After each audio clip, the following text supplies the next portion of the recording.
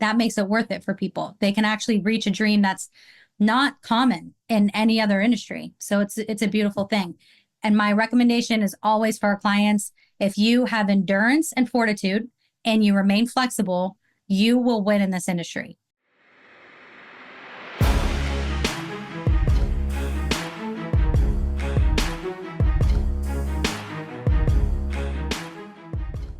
What's up, guys? Welcome back to another episode of The Dime. I'm Brian Fields, and with me, as always, is Kellen Finney. This week, we got a very special guest, Emily Sisneros, CEO of Cannabis Services. Emily, thanks for taking the time. How are you doing today? I'm great. You nailed my last name, too. It was perfect. Oh, I appreciate that. Kellen, how are you doing?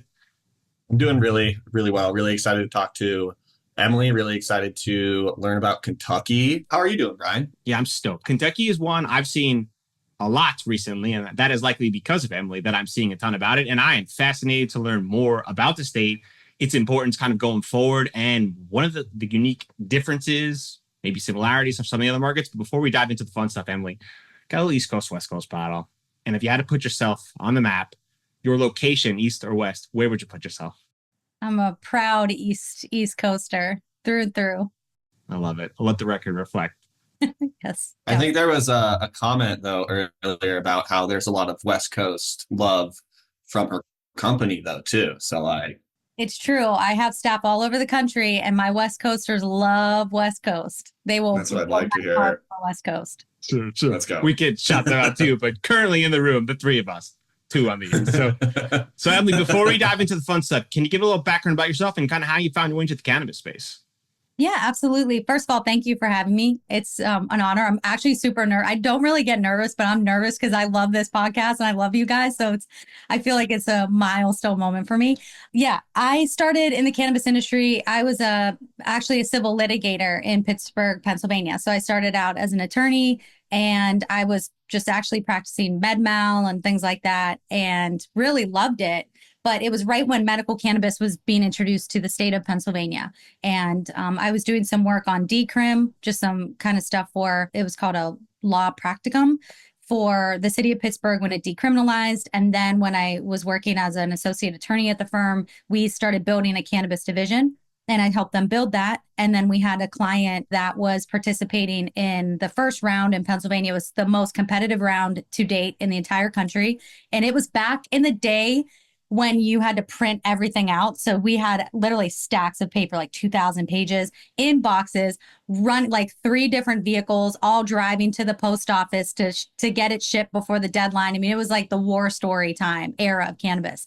And so that's where I cut my teeth. And then our client did win in the first round. And I met consultants in the space at that time and many other attorneys who were taking advantage of clients, charging them an exorbitant amount of money and really doing shoddy work product, no work ethic. And I thought, man, how could it be cool would it be if I could start my own company, work for myself, and my work product and my work ethic could be reflective of what I think clients need without charging legal fee rates. Although there is a time and a place for attorneys in a project. But as a consultant, I can charge less and provide more. And I left the firm. I started my own consultancy, and it's been growing ever since. We've got clients all over the world. I've got a full team of women just by chance. We all ended up being women on the team. Men don't seem to last on my team, but women they are always, I think because we're very good multitaskers, just stereotypically, and love deadlines. We're all obsessed with deadlines, organization, spreadsheets, and client satisfaction. And we have staff all over the country, and we help people in pretty much every regulated market in the States. I love it. And I just want to stay with kind of the early days, right? Like you had that first experience, which for some, maybe it's very off-putting. They're like, I never want to do this again. Instead of you're like, hey, this is kind of a little chaotic, but kind of awesome at the same thing. I'm going to go for it. So those early steps, right? You're going off on your own. You're going to help attract clients, help them get applications. What is the first, after you go on your own, what is the first client? What is the first state you attack? And take us through those early days process. Those early days, there was the second round in Pennsylvania. So it was kind of that chaotic. Pennsylvania was getting its feet wet in the industry. So it's back then, even today, there was just a lot of lawsuits. So it's actually learning how to educate people on that. There were a lot of conferences coming into town, educators who actually didn't have a regulatory background, and which was an advantage I felt like I had because I was an attorney. And I still have an active law license because I'll never get rid of it, but it makes me better in business. but they were actually guiding people ineffectively, and they were giving them bad regs. So they were giving them rules from Arizona to apply to a medical cannabis round, the second round in PA. So I actually started going up to people in the audience. I was like, I'm not looking for you to hire me. I just need you to know what she told you to write down was awful. Or what he said was like, please don't do this, and you'll be good. And I didn't even say my name. I didn't even give them my information. I was just kind of like this secret person who's trying to help everybody. And yeah, and I was also working with a tech company that was trying to get into the RFID process like space in the manufacturing side of things. So it was just a kind of a confluence of crazy different aspects of the industry, which actually helped me learn a lot. And then when states just started popping off, medical in New Jersey, things like that, Missouri, I started providing some education there, and then spoke at one event at Rutgers I think it was 2018, and or 2018, I think it was, and closed a bunch of clients and worked ever since. So did that early work kind of focus on the East Coast states? And was it just strictly in the medical markets in the early days? We had some clients on the West Coast in California. There were some hemp companies that needed advisement. So it was surprising at how broad it was, because when I started, I thought, okay, people need help with licensing. Let me help them with licensing. And then people would call and they'd ask questions about building their hemp business, or, hey, they have a CBD shop. What does it mean? And all of those things. So it was, compliance issues in California. It was hemp in Pennsylvania. It was just kind of all randomized, which was helpful, but completely unexpected for me. And that's when I started hiring staff, and I really needed to be able to provide better operations for clients and fulfill the sales I was making, which is a whole other conversation of how to start a startup company. But you really learn a lot at the same time. So a niche market, but same type of principles that apply to starting a business. So I'm super fascinated with like the understanding of the market. So before we get into Kentucky, what makes it special, like take us through the process of what you have to do to prep yourself to be familiar with the rules and the regs, so that when someone comes and asks you a question, you can feel comfortable and know that you're educating them on the correct path, not like those other people who are like, hey, like copy and paste X into Y.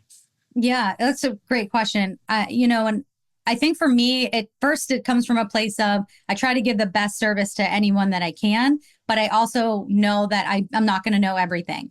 And part of the reason they hire my team is to help do research on aspects that we may not know upfront. And that's a misnomer, I think. A lot of people think that you hire an attorney or a consultant and they'll know an answer right off the bat, which just isn't. I don't think that's actually ethical business practice to without first researching, unless you know topics and everything. But it's okay to say, I'll research that further for you, because then you give the best service to someone. But for me, I'm a very visual person. So I actually hung a hand-drawn map. I taped a bunch of papers together on the wall, and I taught myself about every single state, where they were at in the process, and what bills were being introduced, what was happening, what votes were like, what I could anticipate the 5-year milestones could be across the country.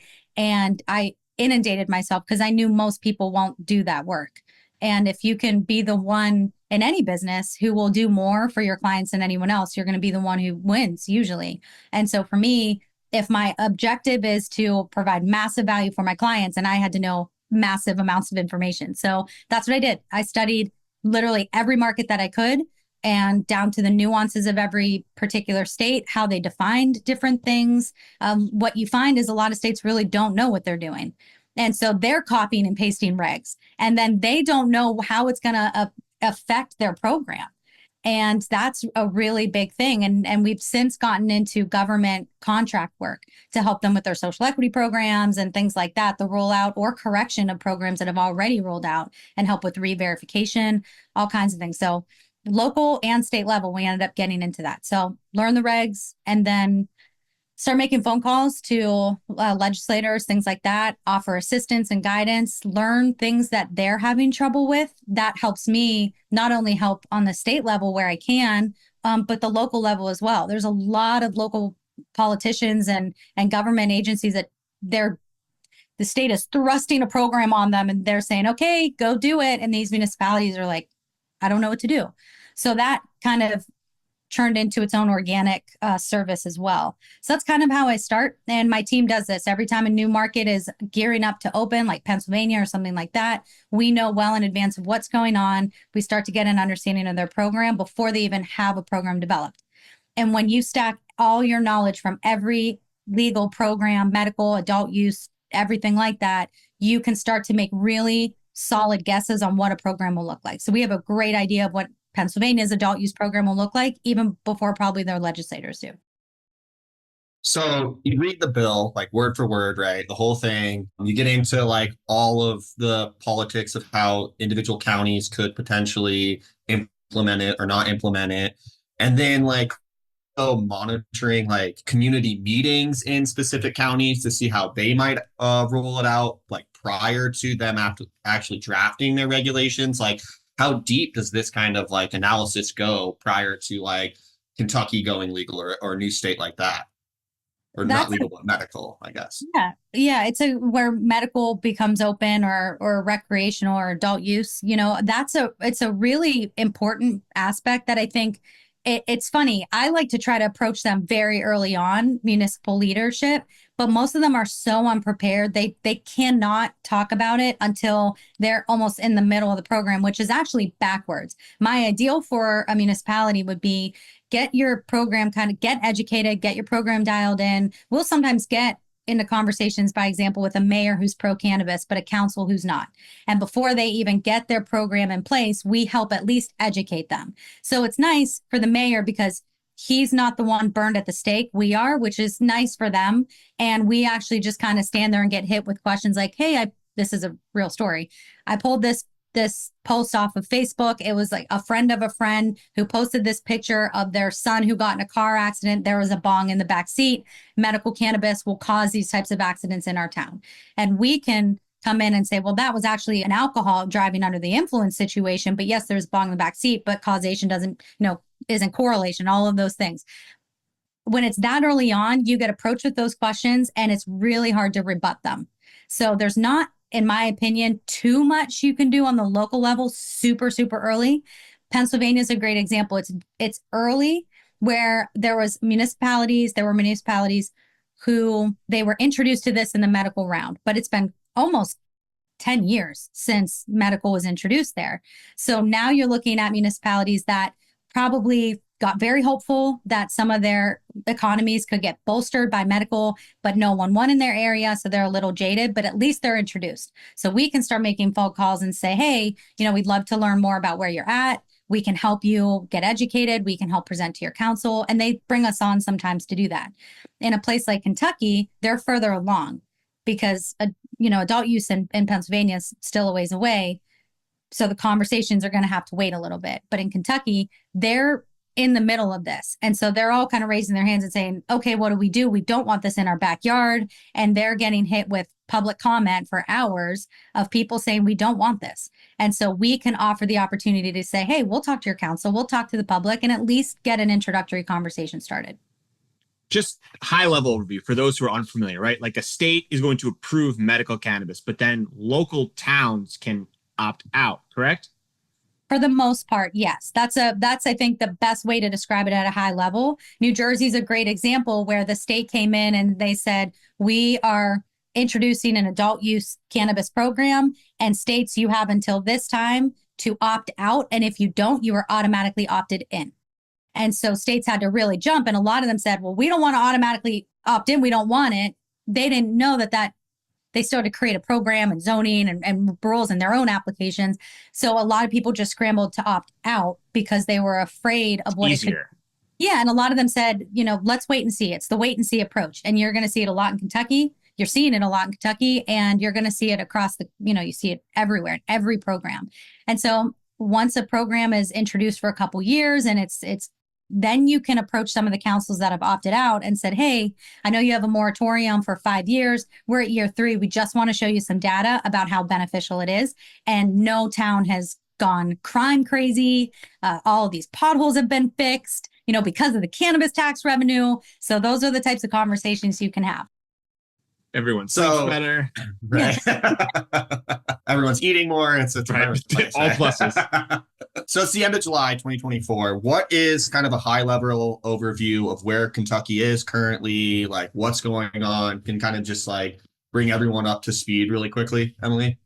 Yeah, absolutely. Well, it's a perfect day for, what we're recording this on July 31st. And that is literally the halfway point of the application window for Kentucky. Insane. There's a couple high points of Kentucky that I think people should know. It's an incredibly short application window. So this is their first round. And a lot of people are like, should we wait? Should we wait for the next round? They may open up a next round in 2025 at some point, but we don't know. So if you're interested in Kentucky, you should jump now. Take your shot. The worst thing that can happen is you prepped everything and you're ready for the next round to open and you won't be scrambling. So that's a win. So yeah, you have 2 months. We're already at the halfway point. It ends at the end of August. And then the next, I think, big thing about Kentucky that's very unique is that there's no action letters that are handed out, but you have 10 days to cure. Very common thing, action letters or deficiency notices in states, but to kind of just keep it high level, that's what happens after you submit an application and then they start grading them and they have a due diligence period where the state or the Office of Medical Cannabis can review your application and then they say, you've got these deficiencies, you need to correct them or you don't get into the program. And it's basically a deficiency. You're ultimately going to be disqualified if you don't correct them. Kentucky is giving you 10 days. Some states will give you 14 at a short time frame. Some will give you 30. Some will keep it open-ended and you're just kind of stuck in a deficiency loop unless you actually fix the issues. You'll never get licensed. So I think that's Kentucky's way of weeding people out, no pun intended, but getting people out of the process before they can even get in the lottery. The third aspect of it, I don't even know if I started counting, but now I'm at number 3. The third aspect is that everyone's calling it a lottery, and it is unless there's not enough applications submitted for the particular license type. If there's not enough submitted, they're not going to have a lottery. They're going to just pull winning applications. It's going to be based on who's the most qualified. So you have to make sure your application is actually not just hitting a bare minimum threshold because you might be in an area that's not actually overdoing the amount of applications that are submitted. So you might just actually be scored on your merits and then you're competing against other people and you're obviously going to have to go through an investigative audit and everything like that. But yeah, so this is an opportunity for people and there's only been like 17 applications submitted as of last week across all license types, cultivation, processor, and dispensary. Right. I'm going to go really deep in the weeds here, so you can pull. Dope. You keep going, and we're going to encourage you to go there. So, a few questions. Yes. Classic Kellen. How long are these applications? Just to give people an understanding, how long are they? And then also, like, if I apply for a dispensary in town A, does that mean I can't get it if there's 5 people also applying there? Only one person wins in town A, or can I get it but not in town A and I can get it in town B? How does that work? Because we talked about certain towns opted out, but if there's a limited number of people who can win and nobody bids for this other town because it's not as desirable, how does that work? Great question. So to answer your first question, how long these applications are. So some of them can be 300 plus pages. This will probably be around 100, 150-ish pages. We've worked in states where they're 1,500 to 2,500 pages. I mean, they're monster applications. So thankfully for, the luck is on your side in that it is not a medical round that we typically see. Typically when a state opens its first medical round, you are looking at an Alabama or a Georgia or a PA type of application or Florida.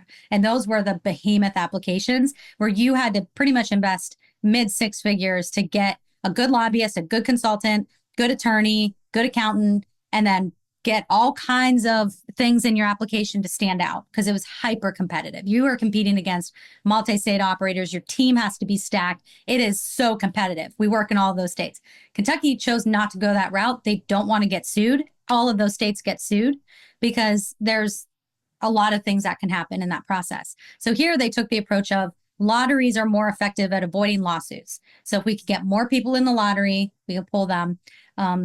Then it's more up to chance. And I think it is actually the lottery, the group that holds the actual lottery is hosting this application lottery. So it's kind of like the Powerball in a sense. So Here we can expect it to be about probably 100, 150 pages, depending on team size, things like that. There's a lot more. It can double in size if you've got a large team. There's a lot of things at play. Plus, it depends on how many pages your operating plans are.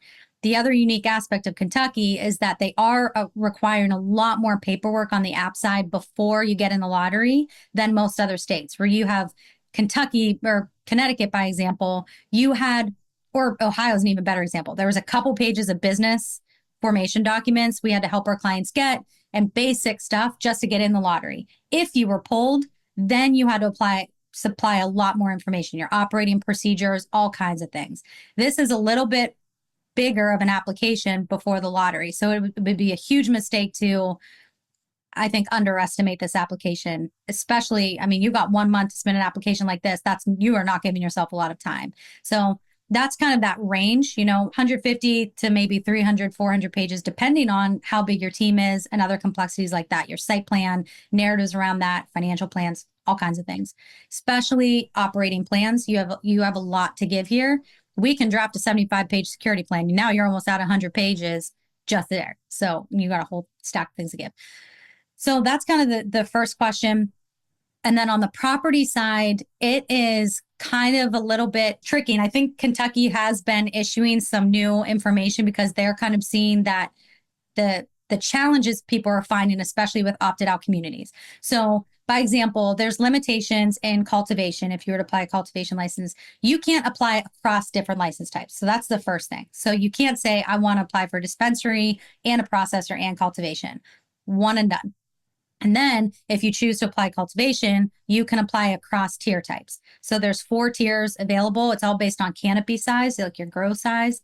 And depending on what you choose, only 3 are available in this round, tiers 1 through 3.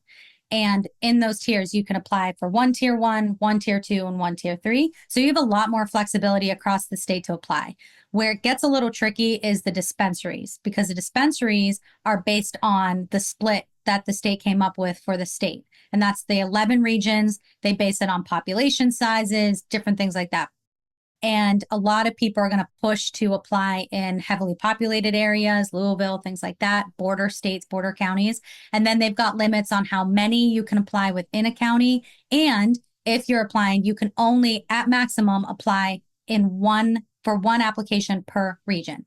So if you're looking to apply for a dispensary, you have 11 options. So you can apply up to 11 times or less than 11 times. It just depends on where you want to locate, but you need a property.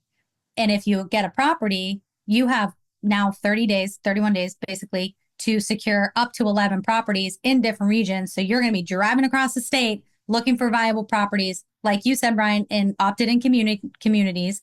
And you have to start negotiations with property owners who are going to slap on a green tax because they want to make money off of you. And they know they're going to hold that property for you during this process. And they might be stacking people on that lease. And you can use a contingent lease or contingent purchase agreement contingent upon winning. So they might have 5 people going after your property. So even after you are picked in a lottery, you might have to change locations. So there's that nuance as well. So they give you a certain amount of time to change locations. You have to submit paperwork, all that stuff. It gets really convoluted, but that's kind of that high level quagmire that exists. Can you go after multiple license types, or like how does that look? I know that some states don't let you have like a cultivation and a retail license. Like, what is kind of the direction that Kentucky's taking it?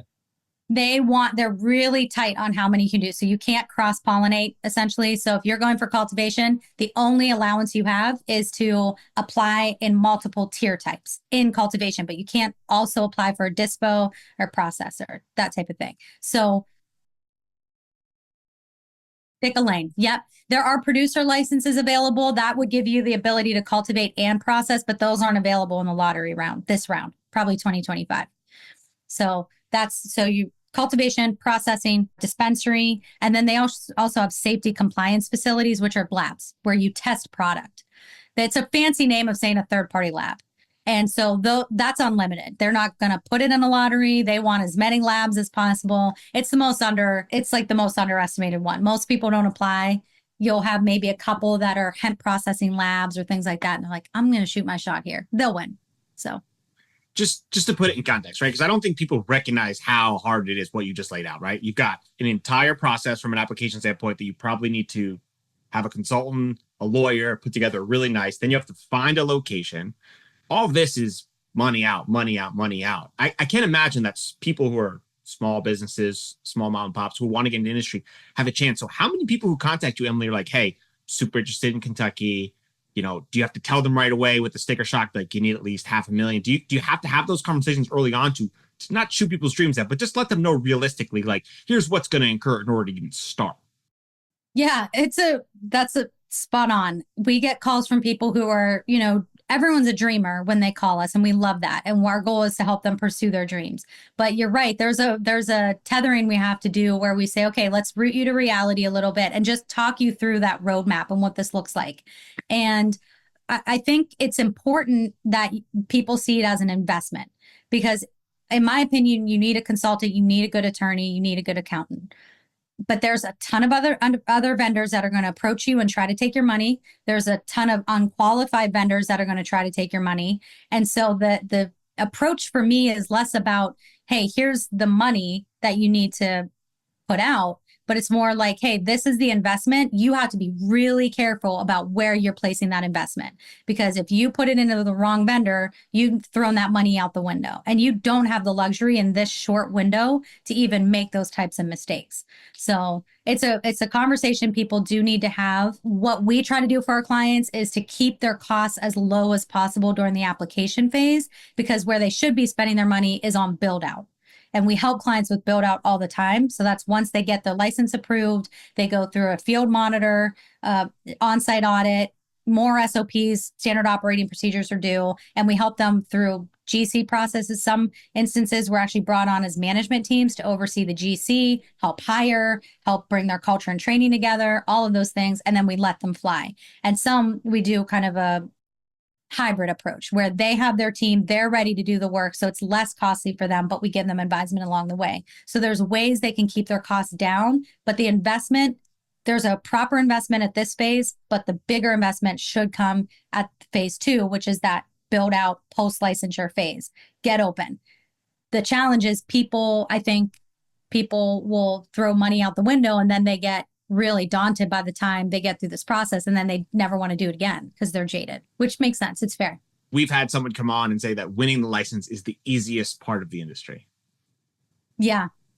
And it's a very tough part of the industry. So yeah, it's funny because we've got our clients who come to us and they're like, and we keep our clients on weekly meetings. We are very strict. We're really particular about the clients we bring in for that reason, because it hurts our win rate. It hurts the client if they're sloppy, if they're not serious about it. So we've tightened what types of clients we get, what they're like, how many we take, especially with this short of a window, because we don't want to underperform for our clients, but we have to give them the best shot possible. And that makes all of us win. But it's funny because when our clients submit an application, as they get closer, there's a beautiful thing that happens. They are usually so naive in the process that they're so excited. So we try to keep that joy going, but we keep them on regular process. Then about halfway through, they start to wear out. But in the beginning, we tell them, we're going to give you a 2-week vacation once you submit that application. And in the beginning, they're like, we don't need it. We love this process. This is the best thing we've ever done. And then about 30 days in, they're like, this is the worst thing we've ever done.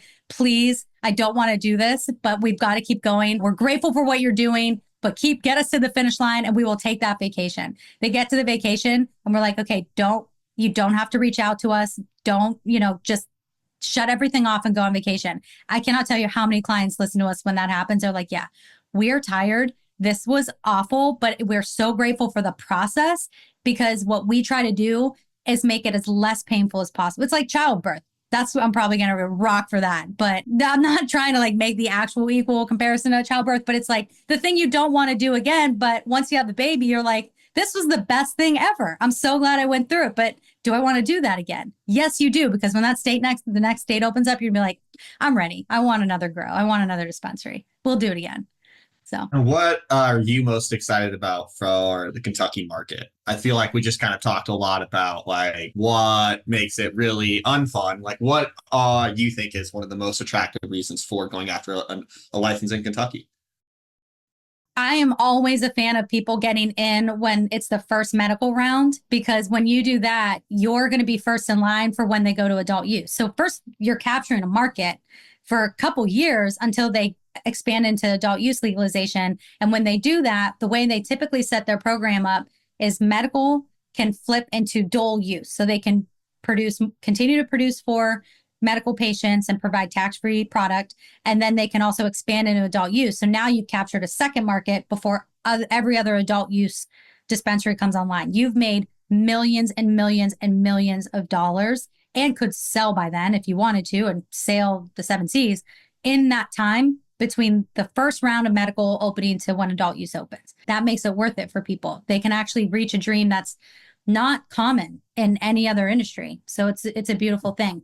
And my recommendation is always for our clients, if you have endurance and fortitude and you remain flexible, you will win in this industry. Because if you can remain flexible and you can roll with these punches, we'll get you through everything. We'll walk you through this terrain. We'll help you avoid all the landmines. It's going to be a grueling process, but we know everything that's going to happen as much as we can. We've seen pretty much everything that could happen in a state, from portal glitches, all kinds of things, corrupt files. We know how to navigate everything. And if you can stick with us and you can remain flexible, you can pivot and still reach your goal, and you win, especially in this first round. 100%. I think the aspect of the grit is just so underappreciated, and recognizing how hard this industry is. And you're right. Like, most of the things you can survive, right? It's just a matter of, can you continue to get up every single day and push forward? And you said adult use. Curious to know, any sort of understanding from a timeline perspective? Do you think Kentucky's a quick one where it's like medical hits the ground running, it's going well? You think that there's appetite for a quick conversion, or is one you think it's too early to remain to be seen? I think it's still a little early, just based on the timeline, though, that they have sketched out. We're going to see another round of medical. You know, they still have to open tier 4 cultivation. They still have to open producer licenses. They still have to make this ship float.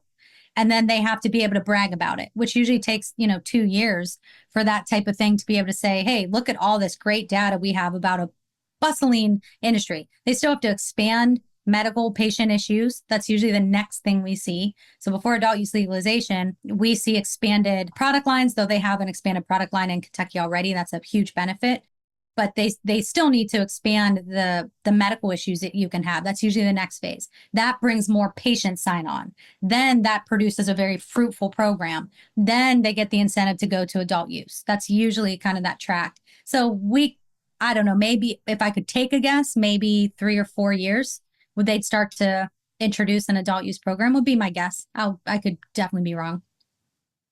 What is the current patient count in Kentucky right now? That's a good question. I don't know that answer. I don't know either. They're just introducing it, though. They had over 500. They might not actually even have patients signing on just yet, because the online portal where you submit your business application, medical practitioners can also submit to become a medical cannabis practitioner. That has to happen first before patients can sign on and become a patient.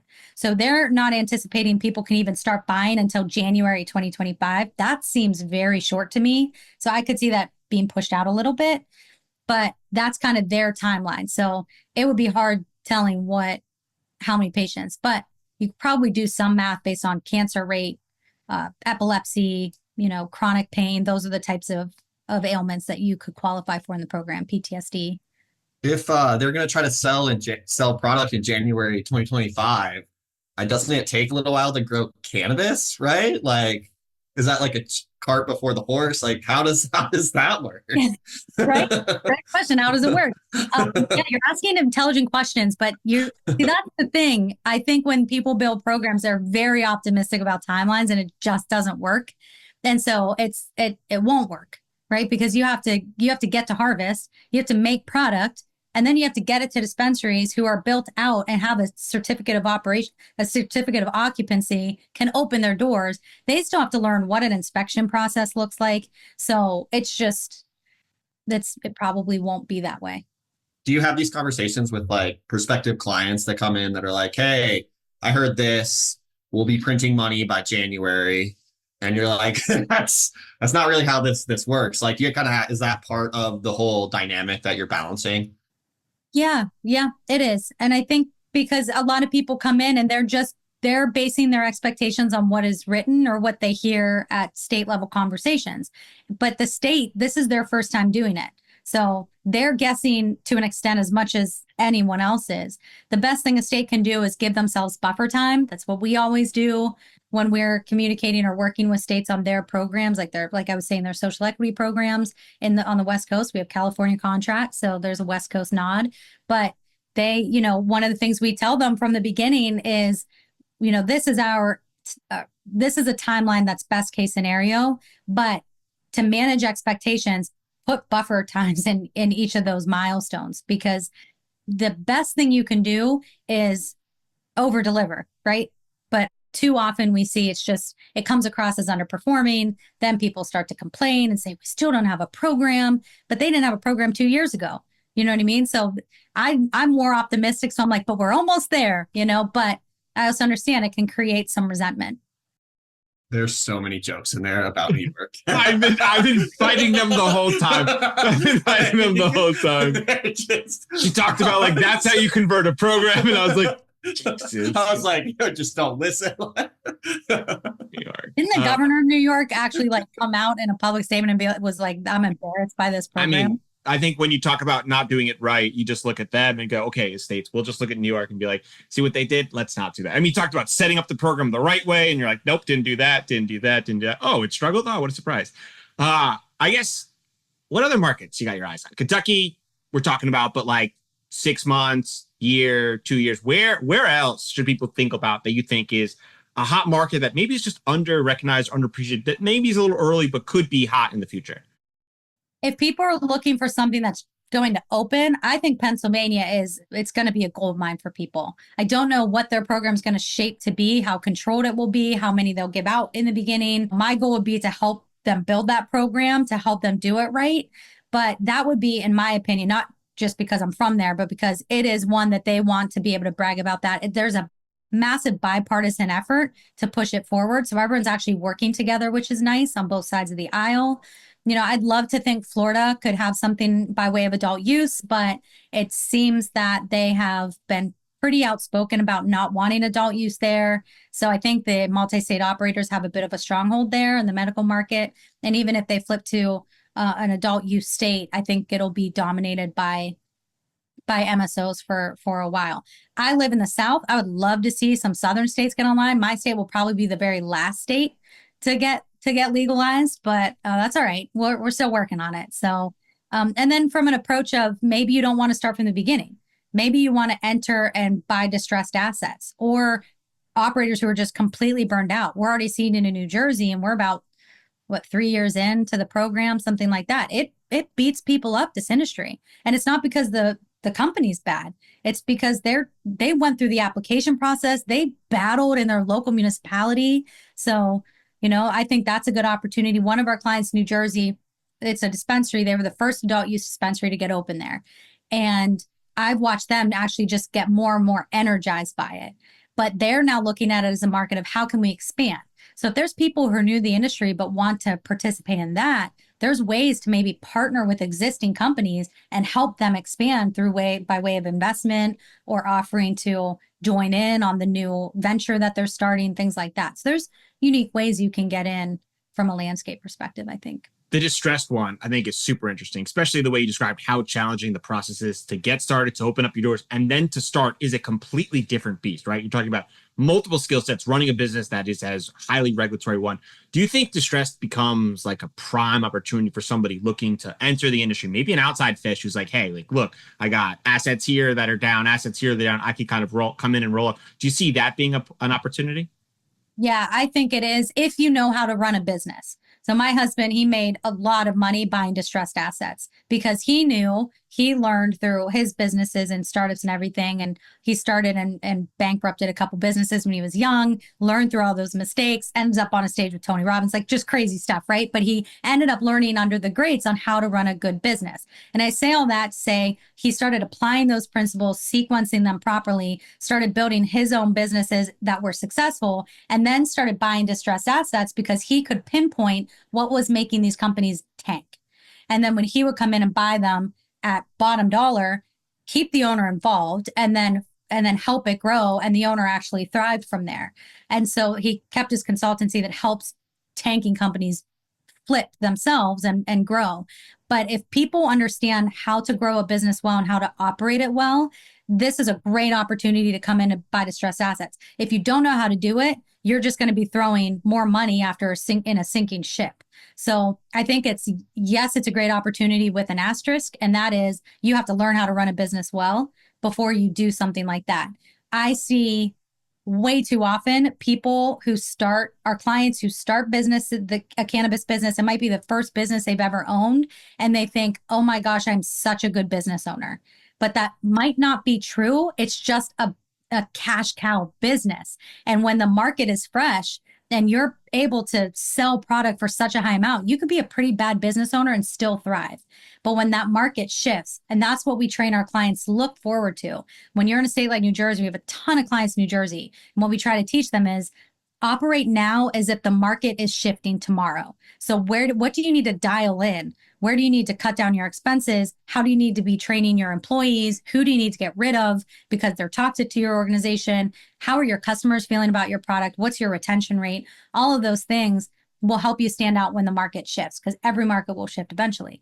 So for an entrepreneur, do you think that there's like a more attractive sector of the industry right now in terms of like retail or cultivation? I know we talked different states, but I didn't know if from where you sat, if you're like, hey, I think that this sector is really underserved. There might be an opportunity for an entrepreneur there. Really great question. And I love that question because we're entrepreneurs, right? So the three of us get excited at things that are out of the box thinking. And for me, when a state opens up, everyone runs after dispensaries, which I think is smart if you're new to the industry and you understand how a retail store runs, and you can quickly apply those principles to this type of model. It's just a different widget, right? It's just cannabis. You're just selling something else, much more regulated, but nonetheless. So I think when a state opens processor licenses, or they're called manufacturing licenses in other states, I think those are often overlooked because it's a scientific realm. You have to understand about solventless based, processing, all those things.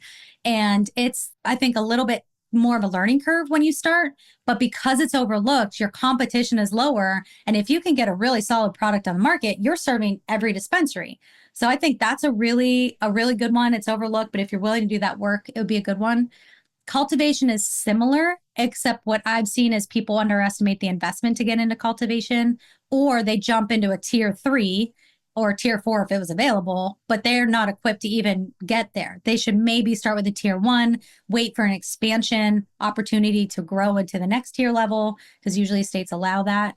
So that would be something. And then the ancillary businesses. Where can you provide value in this industry to make these plant touching entities work better by a service you offer that's in a non-plant touching product or service industry? So consulting, something like that, like what you guys do, adds massive value to plant touching businesses. So, and you probably have much easier banking, plant touching entities really struggle with banking and insurance. So maybe, I don't know. Maybe you don't. There's some sketchy bank. My bank freezes my account like every year because they're like, you're either doing something weird or I don't know. We saw a weed leaf on your website. We're shutting you down.